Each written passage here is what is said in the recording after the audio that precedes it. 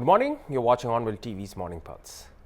The Ministry of External Affairs on Monday advised Indian nationals to exercise due discretion while travelling to China or transiting through the country. MEA spokesperson Randir Jaiswal said India expects the Chinese authorities to provide assurances that Indian citizens transiting through Chinese airports will not be selectively targeted, arbitrarily detained or harassed. He also stated that Arunachal Pradesh is and will remain an integral part of India, and India does not want any interference in it. We fully share your concern following the recent incident at the Shanghai airport that you have cited. We expect the Chinese authorities to provide assurances that Indian citizens transiting through Chinese airports will not be selectively targeted, arbitrarily detained or harassed, and that regulations governing international air travel would be respected by the Chinese side. MEA would advise Indian nationals to exercise due discretion while traveling to China or while transiting through the country. Arunachal Pradesh पे जो हमको टिप्पणी करना था उससे भली भांति बाकी है। हमने कई दफ़ा बताया है कि ये भारत का अंदरूनी अंग है और रहेगा, और उसमें हम किसी प्रकार का हस्तक्षेप नहीं चाहते हैं। जहाँ तक चीन भारत का रिश्तों का सवाल है, उसके बारे में जब ज्यों-ज्यों हम लोगों की बातचीत हुई है चीनी पक्ष से, हम लोगों ने आपको बताया है कि किस प्रकार से ये रिश्ते धीरे धीरे एक पॉजिटिव डायरेक्शन में, सकारात्मक दिशा में बढ़ रही है, और हमको उसी दिशा में इसको हम ले जाना चाहते हैं। Also speaking about the 21st meeting of the India-US Counter-Terrorism Working Group meeting, he said it was held on the 3rd of December. Both sides attached high importance to counter-terrorism cooperation. The two sides strongly condemned the terrorist attack in Pahalgam as well as the recent terror attack that happened in Delhi. The two sides renewed their commitment to strengthening multilateral cooperation in the fields of terrorism, including at the United Nations with the format of Quad as well as in the format of Financial Action Task Force and several other multilateral forums. Keshav, on CT dialogue, yes, we had the 21st meeting of India-US Counter-Terrorism Working Group meeting. This was held on 3rd of December. We've also given a comprehensive readout of all that was discussed as part of this CT dialogue, which is very important, and it has been happening for several years now. Both sides attach high importance to counter-terrorism cooperation. It is an important element of our comprehensive global strategic partnership that we share with the United States. The two sides strongly condemned the terrorist attack in Pahalgam, as also the recent terror attack that happened in Delhi. The two sides renewed their commitment to strengthening multilateral cooperation in the fields of terrorism, including at the UN, including within the format of Quad, as also in the format of Financial Action Task Force and several other multilateral forums where we continue to discuss these aspects. The two sides called for additional designations of ISIS and Al-Qaeda affiliates and Lashkar-e-Taiba and Jaish-e-Mohammed and their proxy groups. So it once again demonstrates the kind of commitment that both India and the United States share, understand, and are working with to strengthen fight against terrorism and to strengthen global fight against terrorism. Assam Chief Minister Himanta Biswa Sarma handed over appointment letters to 120 youths from the Tea Tribe community on Monday in Guwahati. Assam Labour Minister, several MLAs, Assam DGP and senior police officials were present at the event. The ceremonial distribution of appointment letters for newly selected candidates belonging to the Tea Tribe community recruited into Assam Police and various directorates under the Home and Political Departments was held at the campus of Janata Bhavan, Dispur. मैं Dibrugarh district से आया हूँ और मैं Assam police का UV constable में select हुआ हूँ। मैं असम का सीएम को बहुत बहुत धन्यवाद दे रहा हूँ 3% रिजर्वेशन देने के लिए हम लोग टी ट्राइब कम्युनिटी को। उसके वजह से बहुत मतलब टी ट्राइब कैंडिडेट मतलब सकड़ी पाने के लिए सक्षम हुआ है। बहुत अच्छा फीलिंग हो रहा है। जो टी ट्राइब से 3 कोटा दे रहा है उसमें हम सिलेक्ट हुए हैं असम कमांडो में। वही बहुत हमारा सीएम साहब को बहुत बहुत धन्यवाद ज्ञापन करता है, ये बोलना चाहते हैं। The Supreme Court on Monday issued a notice to Karnataka Chief Minister Siddaramaiah on an appeal challenging his election and alleging that the 5 guarantees promises in the Congress manifesto were corrupt practices under the Representation of the People Act 1950. The election petition against Siddaramaiah was filed by K. Shankara, a voter in the Varuna constituency of Karnataka, who argued that the election results should be declared void on account of corrupt practices under the Act. The Karnataka High Court dismissed the petition in April this year, following which he approached the Supreme Court. Regarding the Varuna election, I really don't know about that notice. Yes, let me see that. Let me see, then I'll react. I can react on that. Please, I really don't know because I just came from assembly. You only, I just go through that and I'll come back on the reaction. Okay, madam. And the farmer issue. Yes. मैं इसके बारे में आपसे क्या बात करूंगी? Farmers के बारे में जितना चिंता कांग्रेस पार्टी करती है, जितना योजनाएं फार्मर्स के लिए कांग्रेस पार्टी लेके आई है, बीजेपी ने क्या किया है ऐसा? आप लोगों ने देखा है, नेशनल टेलीविजन पे हमने देखा है कितने फार्मर्स मरे मोदी जी के योजना के लिए। फार्मर्स के खिलाफ सब योजनाएं लेके आते हैं, सब रूल्स लेके आते हैं, उतना अहमियत नहीं मिलेगा।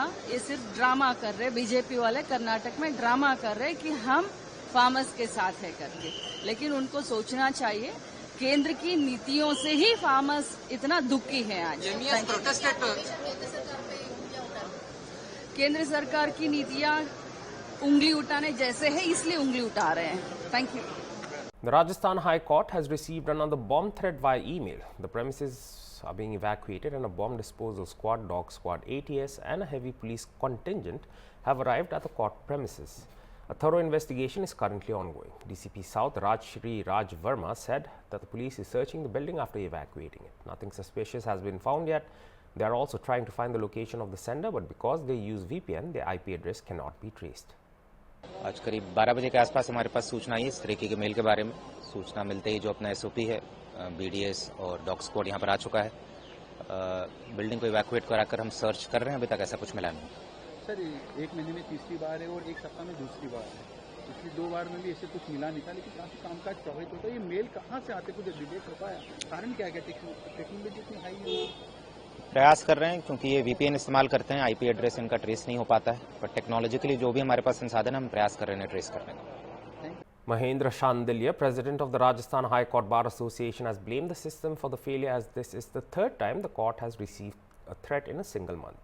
Ramit Parikh, General Secretary of the Rajasthan High Court Bar Association, said there should be a standard operating procedure as to what to do if such a threat arises. शासन आता है तो मेरे से इंटरव्यू लेने से बढ़िया, सबसे बढ़िया चीज़ है कि आप प्रशासन को आते हुए देखें और मेरे इंटरव्यू को बीच में छोड़ के प्रशासन के पीछे लग जाएं कि वो क्या कर रहे हैं, कितने लोग आए, कितनी बड़ी बिल्डिंग है, कितना बड़ा परिसर है और क्या किया जा रहा है। तो ये फेलियर ऑफ पूरा सिस्टम है कि 1 महीने में 3rd थ्रेट है और हम इसके कहीं आसपास भी नहीं पहुंच रहे, और किसी दिन कोई घटना घटेगी तो फिर हम सिर्फ इस पे आरोप प्रत्यारोप करते रहेंगे। तो इसको बहुत गहनता से लेना चाहिए। हाईकोर्ट के प्रशासन को सबसे पहले इसको गहनता से लेना चाहिए, प्रशासनिक व्यवस्था की बजाय, कि ये किस तरह से चीज़ें हो रही हैं, किस तरह से ऑफिसर्स हैं यहाँ और किस तरह से वो काम कर रहे हैं। आपका नाम बताएं सर। इस प्रकार की चीज़ पे यदि एंड तक नहीं पहुंच पाती पुलिस या प्रशासन, ये खुफिया तंत्र, तो फिर कहीं ना कहीं आगे फिर इस प्रकार के थ्रेट मिलेंगे। निकल कर कुछ नहीं आए, ये एक राहत की बात है, लेकिन फिर भी जो थ्रेट है कामकाज प्रभावित होता है। देखिए, जैसा कि सम्मानित अध्यक्ष जी ने अभी कहा कि फेल्योर आप अगर कह रहे हैं तो पहले फेल्योर सिस्टम को क्वेश्चन करें। आप कह रहे हैं प्रशासन यहाँ पर आ रहा है, 1 महीने में तीसरी बार ये घटना हो रही है, तो सबसे पहले तो एसओपीज का गठन होना चाहिए। सबसे पहले तो आप एसओपीज का गठन करें, एक स्टैंडर्ड ऑपरेटिंग प्रोसीजर होना चाहिए कि अगर इस तरह की थ्रेट आए तो क्या किया जाए। पैनिक नहीं हो सडनली, और कुछ प्रोसीजर्स हों जिनको फॉलो, गाइडलाइंस को फॉलो किया जाए। अब जहाँ तक है मेल, कहीं कोई सरफिरा बैठकर ईमेल कर रहा है और उस पर पूरा प्रशासन हिल रहा है, तो मेरा मानना है इसको लेके कहीं ना कहीं सिक्योरिटी को राउंड अप करना चाहिए, और सिक्योरिटी इतनी टाइट होनी चाहिए कि हमें हमारी सिक्योरिटी पर इतना भरोसा हो कि हमें ये पता हो कि ऐसी अगर थ्रेट आ भी रही है तो इट इज़ कंप्लीट हॉक्स और इसका रियलिटी से कोई लेना देना नहीं है। The lead US attorney, Mike Andrews, representing families of victims in the Air India AI-171 plane crash on Monday, raised serious concerns over delayed compensation, the psychological trauma endured by families, and key technical questions emerging from the ongoing investigation. Andrews said more than 130 families affected by the Air India crash have joined a collective legal action so far, with investigations continuing into the cause of the accident. Speaking about the condition of the families, the lawyer said that every day is a struggle for them as they adjust to a new normal. While financial loss is visible, the emotional trauma and long-term psychological impact remain largely overlooked. So, sir, how many families have joined your case and what are their mental condition right now? Sure. So currently we have over 130 families of victims signed on with our group. We are continuing to investigate the claims on their behalf. We're also looking at the unique aspects of the loss of each family, because a different member or a different component of each family was lost in this crash. You ask how the families are doing. You know, each day for them is an attempt to adjust to a new life. They are living a new normal, a new reality. The trajectory that their lives would have originally been on has been changed and has altered them in every conceivable way.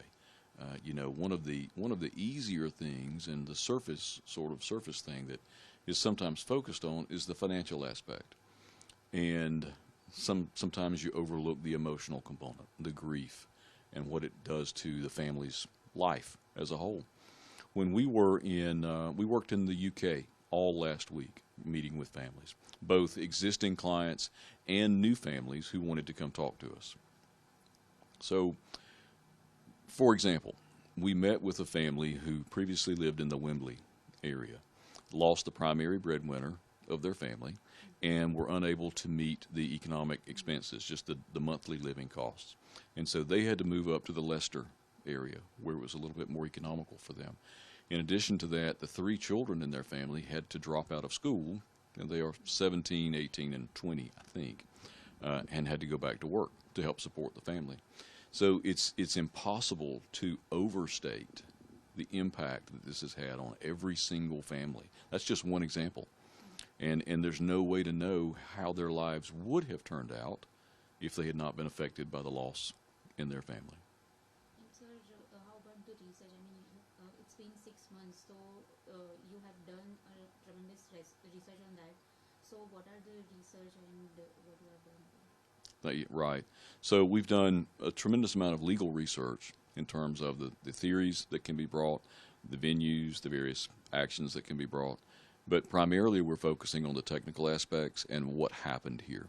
We've said from day one that it is important to understand the underlying issue of what happened here. That's why the data is so important, the flight data recorder. That's why that is so crucial in this plane. And so what we've done is we've worked with experts to understand what evidence there is based on stories that we already know. For example, we know that according to the survivor, the lights flickered off and back on just prior to the crash, and then he told the BBC at least that they turned a green color just prior to the crash. To us, that indicates most likely the plane was switching from the primary electrical bus over to the secondary or emergency lighting.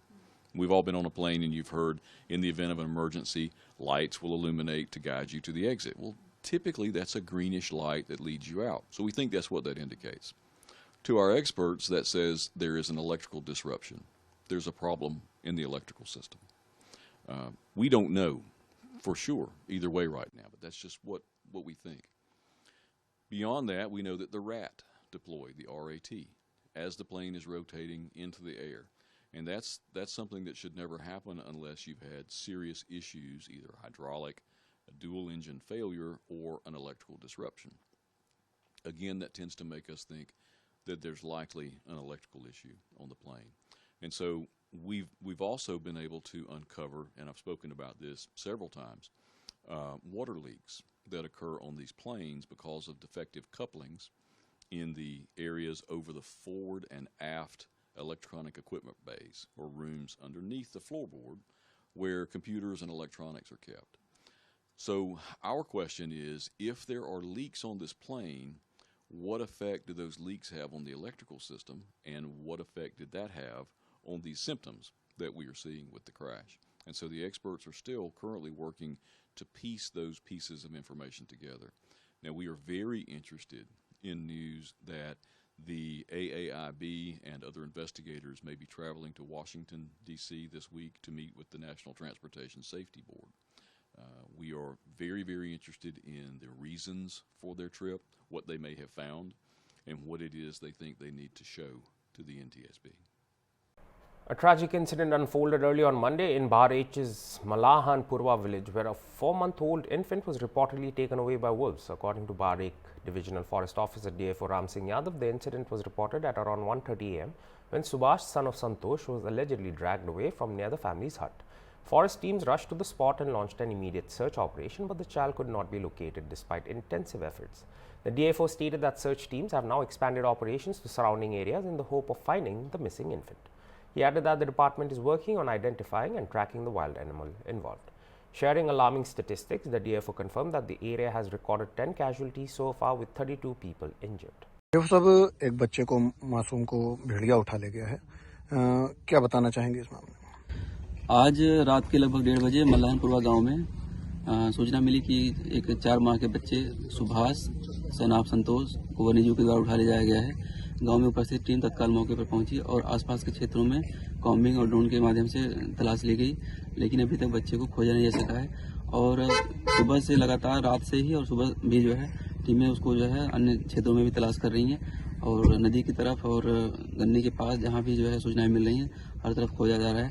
जल्दी हम उसको जो है खोज कर उसको rescue करेंगे और मारेंगे उसको। अब तक कितनी कैजुअलिटी हुई है, कितने लोग लगभग घायल हैं? अभी तक 10 कैजुअलिटीज हुई हैं इस क्षेत्र में और 32 लोग घायल हुए हैं और 4 भेड़िए जो है क्षेत्र में मारे भी गए हैं। Senior leader of Bangladesh Nationalist Party, Ishtiaq Aziz Ulfat, said that India needs Bangladesh to develop the 7 sister states of the Northeast. He further stated that both the governments need to sit down and plan how Bangladesh can provide its territories for the development of the 7 sisters. Further strengthen in terms of trade, connectivity, cultural ties, people-to-people contact? So that the two governments have to sit and decide for themselves. You see, we are a country which is dividing a big portion of India. You have 7 states, which we like to call the 7 sisters, on the eastern part, and we are in between, except a very tiny corridor, which we call the chicken's neck. And you got the rest of India on the other side. So the Indian government, if they want to develop those 7 sisters, they need Bangladesh. And I'm sure every government that comes, they would want to sit across the table and decide and make plans of how Bangladesh can give its territories to be used to develop the 7 sisters, our ports, our other facilities to help these neighboring countries, the neighboring states. And we as a state, as a small state, a new state, would love an opportunity to be able to make friends, not only with the 7 sisters, but with all of India. But the proper atmosphere and attitude must come from the government of India. How is Bangladesh is heading towards an election? Is how hardline activity? The Assam government distributed scooters to 12,000 meritorious students under the Dr. Bani Kanta Kakati Merit Award Scheme on Monday at the Srimanta Sankar Dev Kalakshetra in Guwahati. As per the recently updated guidelines issued in December 2025, students, both boys and girls, who secured 80% or above in the higher secondary examination 2025 are eligible to receive the scooters. Chief Minister Himanta Biswa Sarma formally handed over the scooters to the beneficiaries and highlighted the government's commitment to encouraging academic excellence. We have launched a scheme to give this scooty for those students who secured a particular number in the higher secondary examination. It was initially we started with a bigger base, but this year Because of launching another scheme, we have kept the level at 80%. Today, 12,000 students will get scooty from Government of Assam. We we have launched the program today, and will provide scooty to all eligible students with a definite timeline. On 150 years on Vande Mataram, composed by Bankim Chandra Chattopadhyay, his great-grandson Sajal Chattopadhyay said on Monday that his great-grandfather was neglected particularly by West Bengal Chief Minister Mamata Banerjee. He said Vande Mataram contains the names of all the Hindu gods and goddesses, which was why it was banned. Just like Bankim Babu was neglected, his family is being neglected. Vande Mataram के अवदान के बारे में बात की। आप बंकिम चंद्र चट्टोपाध्याय की पीढ़ी से ही आते हैं, क्या बोलेंगे? इसके लिए सबको मेरा सबसे पहले तो मेरा प्रधानमंत्री जी को मेरा प्रणाम जी। इतना अभी जो उन्होंने आज इसका चर्चा की है, ये तो बहुत पहले होना चाहिए था। आज उन्होंने की है, इसके लिए सैल्यूट, प्रणाम। जो भी बोले कम हो जाएगा उनके। पीएम ने शुरुआत में ये कहा कि वंदे मातरम आजादी का एक प्रेरणा स्रोत बना था। आज अगर हम आजाद हैं तो उसमें बहुत बड़ा हाथ वंदे मातरम का है। एकदम ठीक बोला। ये तो इसको तो राष्ट्रीय मंत्र माना जाता है। जो हम लोग का जो देश स्वाधीन हुआ है, उसमें तो ये मंत्र पहले ये मंत्र स्वाधीन करने का एक तो इसमें एक तो स्वाधीनता में इसको एक तो पार्ट है। वंदे मातरम एक तो पार्ट है। हम लोग का जो फ्रीडम मिला है, फ्रीडम का एक पार्ट है वंदे मातरम। आप इसी फैमिली से आते हैं, आपको कैसा फील हो रहा है? देखिए, बोलने का कोई भाषा नहीं है। ये पूरा हमरा तो प्राउड हो रहा ही है। मेरा दादाजी, उनके लिए अभी तक किसी ने भी कुछ नहीं किया। वंदे मातरम कौन लिखा है? जिस समय नेक्स्ट जनरेशन भूलते जा रहा है, उस समय मोदी जी ने जो किए हैं, इसके क्या बोलूं, ये बहुत बहुत अच्छा लग रहा है, प्राउड फील हो रहा है। स्टेट गवर्नमेंट की बात करें तो हमारे सीएम जो है वो भी वंदे मातरम के बारे में हमेशा बोलती रहती है। आप उनको लेकर क्या बोलेंगे? वंदे मातरम लेके क्या बोलती है? तो एप्रिसिएशन। देखिए, कुछ किया तो नहीं अभी तक। उनको तो पहले करना चाहिए था। वो तो मेरा बंगाल का आदमी है, घर के नजदीक आदमी है, वो तो अपना घर का आदमी है। हम भी बंगाल में रहते हैं। वो बंगाल के ये आपका सीएम है, तब उनको तो पहले करना चाहिए था। उनके हाथ में तो सब है। आप बोलिए तो अभी तक कोई काम हुआ कलकत्ता में या बंगाल में? कोई काम हुआ बंकिम बाबू के ऊपर? कुछ नहीं हुआ। जो हम लोग जो मकान दे दिए हैं, उसको लेके अभी इधर उधर का काम हो रहा है। तब भी जो काम हो रहा है वो काम हो रहा है, बस देखते ही काम हो रहा है, बाकी कुछ नहीं हो रहा है। तो आपकी उम्मीद अभी किससे? राज्य सरकार के मुख्यमंत्री या फिर पीएम से? अभी तो जैसा देख रहा है कि पीएम के ऊपर इतना दिन हो गया, पीएम इतना दिन बाद पीएम जो कर रहा है उसके ऊपर तो भरोसा ज्यादा होते जा रहा है। सीएम ने तो कुछ नहीं किया अभी तक। अगर दिल्ली से कोई भी आता है, दिल्ली से अमित शाह जी आता है, कोई भी आता है, तो पूछताछ करते हैं वंदे मातरम परिवार कैसे हैं, हमको बुलाते हैं पर्सनली। देखिए, लेना देना कुछ नहीं। हम पॉलिटिकल आदमी नहीं है, हम पॉलिटिक्स नहीं करते हैं कि हम बीजेपी के फेवर में बोलते हैं। बात ये नहीं है। जो सच है हम वही बोल रहे हैं। अमित शाह जी जब 2018 में शायद कलकत्ता आए थे, हमको बुला के हमको सम्मानित किए थे आपका वो बिरला सभागार में। पर्सनली हमको पूछा, बोलिए क्या चाहिए, आपका परिवार का क्या प्रॉब्लम हुआ है, आप लोग कैसे हैं, बंकिम के बारे में क्या करना चाहते हैं, तो पूछे थे। काम हो या ना हो, कभी अभी तक सीएम मैडम ने कभी बुलाया नहीं हम लोगों को। बंकिम बाबू जो है वो बंगाल के लिए क्या पूरे देश के लिए एक एमिनेंट पर्सनालिटी है। आपको लगता है कि कहीं ना कहीं उनके नाम के साथ या वंदे मातरम के साथ पॉलिटिक्स की गई है? जरूर पॉलिटिक्स की गई है। वो तो ब्रिटिश के टाइम से चलते जा रहा है। बंकिम बाबू तो नेग्लेक्टेड है। काहे नेग्लेक्टेड है आप सब जानते हैं, हमको बोलने का कोई दरकार नहीं है। जो वंदे मातरम उन्होंने लिखे थे उसके अंदर हिंदुओं का जितना सारे देव देवी है उनके नाम है, इसीलिए तो उसको बैन किया गया। इसको ये तो किसी को प्रायोरिटी देने के लिए किए थे। गवर्नमेंट जो किए थे, जो पहले वाला गवर्नमेंट थे, वही तो किए थे इसको, कोई जाति को प्रायोरिटी देने के लिए। तो इसमें बोलने का तो अब क्या बोलेंगे। वो तो नेग्लेक्टेड है। बंकिम बाबू जैसे नेग्लेक्टेड थे, अभी उसका परिवार नेग्लेक्टेड ही चलते जा रहा है।